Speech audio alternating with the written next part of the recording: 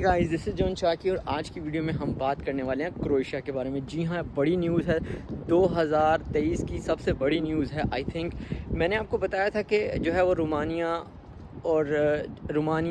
और क्रोएशिया जो है वो जाने वाला है क्या कहते हैं इसमें, यूरोप में। मगर दुख की बात यह है कि रोमानिया का जो है वो केस कैंसिल हो गया, रोमानिया नहीं जा सका। मगर हाँ, क्रोएशिया ने जो है वो अपना केस जीत लिया है और जो है वो यूनियन काउंसिल में जो है आप उसके अलावा जो है अभी जो यूरोपियन यूनियन है जो वहाँ पे अपना उसने जो केस अपना जो डाला था और उसका केस पास हो गया। और अब जो है जो सबसे बड़ी बात मैं आपको यहाँ पे करने वाला हूँ, क्रोएशिया जो है वो यूरोप का हिस्सा बन चुका है। पहले यूरोप में थे 26 कंट्री, अब यूरोप में आते हैं 27 कंट्री। पहले क्रोएशिया में चलता था कोरोना, ठीक है जी, अब वहाँ पे चलेगा कोरोना भी और यूरो भी। अब क्या होगा, जब यूरोप ने क्रोएशिया के लिए अपने पूरे दरवाजे खोल दिए तो लोग जो है वो ज़्यादा जर्मनी की साइड पे जाएंगे, इटली की साइड पे जाएंगे। और जो ऑलरेडी वहाँ पे डंकी लगा के या जैसे भी या इलीगल पेपर्स पे या लीगल पेपर्स पे वहाँ पे रहते थे, वो क्या करेंगे, वो आगे मूव करेंगे। जैसे नॉर्वे हो गया, लक्समबर्ग हो गया, तो वो दूसरे कंट्रीज़ की तरफ मूव करेंगे। तो जो है क्रोएशिया में जो है लेबर की शॉर्टेज हो जाएगी। अब आपके पास जब बहुत अच्छा चांस है, आप अप्लाई करें, विजिट वीज़ा अप्लाई कर सकते हैं, स्टूडेंट वीज़ा अप्लाई कर सकते हैं और आप जो है वो वर्क वीज़ा भी अप्लाई कर सकते हैं। अभी इस वीडियो में मैं जो है वो बात करूंगा सिर्फ जो है वो विजिट वीज़े के हवाले से। अगले वीडियो में मैं ज़रूर बात करूंगा वर्क परमिट के हवाले से, ताकि आप लोगों को ये समझ आ जाए कि वर्क परमिट कैसे आपने जो है वो क्रोएशिया का लेना है। मगर अभी जो है वो बहुत ज़्यादा जो है आपके पास क्या कहते हैं टाइम है, आप अप्लाई कर सकते हैं। वीज़ा रेशो बहुत हाई है। सबसे बड़ी बात है क्रोएशिया का वीज़ा रेशो पाकिस्तान के लिए 97% है कि 97% लोगों को वीज़ा मिल जाता है और 3% का जो है वो वीज़ा रिजेक्ट होता है। आप ज़रूर अप्लाई करें क्रोएशिया के लिए। अच्छा, और उसके हवाले से मैं बात करता रहूँ, क्रोएशिया की जो मिनिमम सैलरी है वो है 1300 यूरो, जिसमें से आपका अगर 400 भी टैक्स कटता है तो आप 900 यूरो से लेकर 1000 यूरो तक बचा सकते हैं। इसके अलावा आप विजिट वीज़े पे वर्क परमिट ले सकते हैं। जी नहीं, क्रोएशिया का रूल है कि आपको कंट्री जो है वो छोड़ना पड़ता है और फिर वापस आना पड़ता है और आपको फिर जो है वो मिलता है। तो इसका कोई इतना बड़ा इम्पैक्ट नहीं है। आप जो है वो बॉर्डर क्रॉस कर सकते हैं या आप वहाँ पे कोई लॉयर करवा के आप जो है इन आउट करवा सकते हैं। इन आउट की स्टैंप लग जाती है।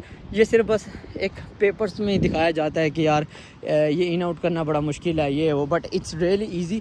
जब आप लोग कहीं पे आ जाते हो, किसी कंट्री में आ जाते हो, तो वो हर चीज़ बहुत आसान हो जाती है। ठीक है, ये बात भी क्लियर होगी कि किस तरह आप जो है वहाँ पे जाएंगे। अच्छा, अब जाने के लिए आपको क्या क्या चीज़ें चाहिए, डॉक्यूमेंट्स क्या क्या चाहिए। अगर आप दुबई से अप्लाई करते हैं, कतर, ओमान, कुवैत से, तो डिफरेंट डॉक्यूमेंट चाहिए होते हैं। अगर आप जैसे अप्लाई करते हैं अपने कंट्री से, तो डिफरेंट डॉक्यूमेंट चाहिए होते हैं। अगर आप अपने कंट्री से अप्लाई करते हैं तो उसके लिए डॉक्यूमेंट आपको चाहिए होते हैं। आपका पासपोर्ट, आपका जो है नेशनल आईडी कार्ड हो गया, इसके अलावा जो है आपकी health insurance, travel insurance, bank statement, आपकी जो भी प्रूफ ऑफ फंड्स होते हैं वो, और अगर आप किसी कंपनी में काम करते हो तो उसकी NOC, नॉन ऑब्जेक्शन सर्टिफिकेट जिसको कहते हैं, वो चाहिए होता है। और इसके अलावा जो है वो आपकी रिटर्न टिकट चाहिए होती है। जी हाँ, रिटर्न टिकट आपने पहले करवानी है और होटल बुकिंग ज़रूर करवा लेना, ट्रैवल इंश्योरेंस और आपका पुलिस क्लियरेंस सर्टिफिकेट।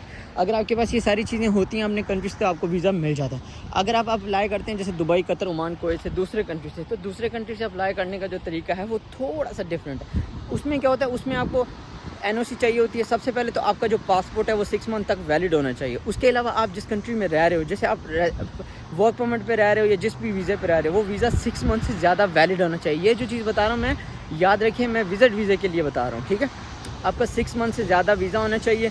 इसके अलावा आपकी जो सैलरी है वो बैंक में जानी चाहिए और 3 मंथ या 6 मंथ की आपके पास बैंक स्टेटमेंट होनी चाहिए, रिटर्न टिकट होनी चाहिए, ट्रैवल इंश्योरेंस होनी चाहिए, हेल्थ इंश्योरेंस होनी चाहिए, और जो भी आप जिस कंट्री में रहते हैं उस कंट्री का जो है आपके पास पुलिस क्लियरेंस सर्टिफिकेट होना चाहिए। इसके अलावा लोग पूछते हैं कि यार मेरी पाकिस्तान में बैंक स्टेटमेंट है, तो ऐसे नहीं होगा। आप जिस कंट्री में रहते हैं आपकी उसी कंट्री की बैंक स्टेटमेंट चाहिए होगी। जब आपके पास ये सारी चीज़ें चाहिए होंगी तो आपने क्या, इसका डायरेक्ट क्रोएशिया की एम्बेसी में अप्लाई नहीं करना। ठीक है, इसका आपने अप्लाई करना है VFS के थ्रू। ठीक है, VFS में कॉल करनी है और आपने पूछना है कि मुझे अपॉइंटमेंट चाहिए क्रोएशिया के लिए वीज़ा अप्लाई करने के लिए। ठीक है, अब बहुत सारे पाकिस्तान में क्या हो रहा है, इंडिया में, नेपाल में क्या हो रहा है, अब यूरोप की तरफ बहुत ज़्यादा लोग जा रहे हैं क्योंकि जॉब सीकर वीज़ा ऑस्ट्रिया का अवेलेबल है, जर्मनी का अवेलेबल है और इसके अलावा स्वीडन का अवेलेबल है।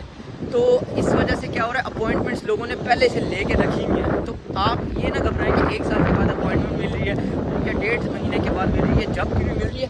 यार हमारे वहाँ बहुत करप्शन है। ठीक है, आपने परेशान नहीं होना। अगर आपको लेट भी मिल रही है ना, अगर आपको अपॉइंटमेंट लेट भी मिल रही है तो आप परेशान ना हो, आप ज़रूर अपॉइंटमेंट ले लें। 1 साल के बाद की भी ले लें, चले 1 साल के बाद आप एक चांस तो ले रहे हैं। मुल्क में रहने से, अपनी गुर्बत से مرنے سے بیٹر ہے، کسی کے آگے ہاتھ پھیلانے سے بیٹر ہے آپ ایک دفعہ 1 سال کی ہی اگر آپ کو مل رہی ہے نا اپوائنٹمنٹ، آپ اپوائنٹمنٹ ضرور لیں، ایک چانس ضرور لیں، باقی اللہ کرم کرے گا، اللہ رحم کرے گا انشاءاللہ۔ اگر آپ کو ویزا ملنا چاہنا، اگر اللہ کی ذات چاہے گی تو آپ کو جو ہے وہ ویزا ضرور مل جائے گا، ٹھیک ہے۔ باقی ڈاکومنٹس پورے رکھیں۔ اگر اب میں ایک اور بھی بات بتاتا چلوں، بہت سارے لوگ آپ لوگوں کے ساتھ فراڈ کریں گے، کہیں گے کہ آپ کے پاس کوئی ڈاکومنٹ نہیں ہے، پاسپورٹ لے کے آ جاؤ۔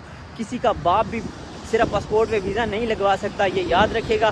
وہ آپ ہی کے ڈاکومنٹ ہوتے ہیں، پھر آپ کے جعلی ڈاکومنٹ بناتے ہیں، فیک ڈاکومنٹ بنا کے آپ کا اپلائی کر دیتے ہیں اور وہاں سے پھر ریجیکٹ ہو جاتے ہیں اور آپ بلیک لسٹ ہو جاتے ہو اور آپ کی جو ہے وہ پوری زندگی کے لیے سسٹم میں آ جاتے ہیں، مگر آپ پڑھے لکھے ہوتے نہیں اور آپ کو پتہ نہیں ہوتا کہ آپ کی فائل خراب ہوگی ہے۔ اس لیے جو بندہ آپ کو کہے نا صرف پاسپورٹ لے کے آ جاؤ اور میں تمہارا ویزا لگوا دوں گا، he is a fake person, don't go with that kind of person. اپنے 20-25 لاکھ ضائع نہ کریں، اپنے ماں باپ پہ پیسے لگائیں، خود اپلائی کریں اسٹیپ بائی اسٹیپ۔ میں کوشش کروں گا اگلی ویڈیو میں آپ کو اسٹیپ بائی اسٹیپ جا کے سمجھاؤں بھی صحیح کس طرح اپنے لیپ ٹاپ پہ کروشیا کا اپلائی کرنا ہے۔ Thank you so much, hope آپ لوگوں کو ویڈیو پسند آئی ہوگی، سبسکرائب ضرور کریں اور آپ کس کنٹری سے دیکھ رہے ہیں اپنی کنٹری کا اور گاؤں کا نام ضرور لکھیں اور ٹائم ضرور لکھیں گا۔ یہاں پہ شام کے 5 بج رہے ہیں۔ Thank you so much.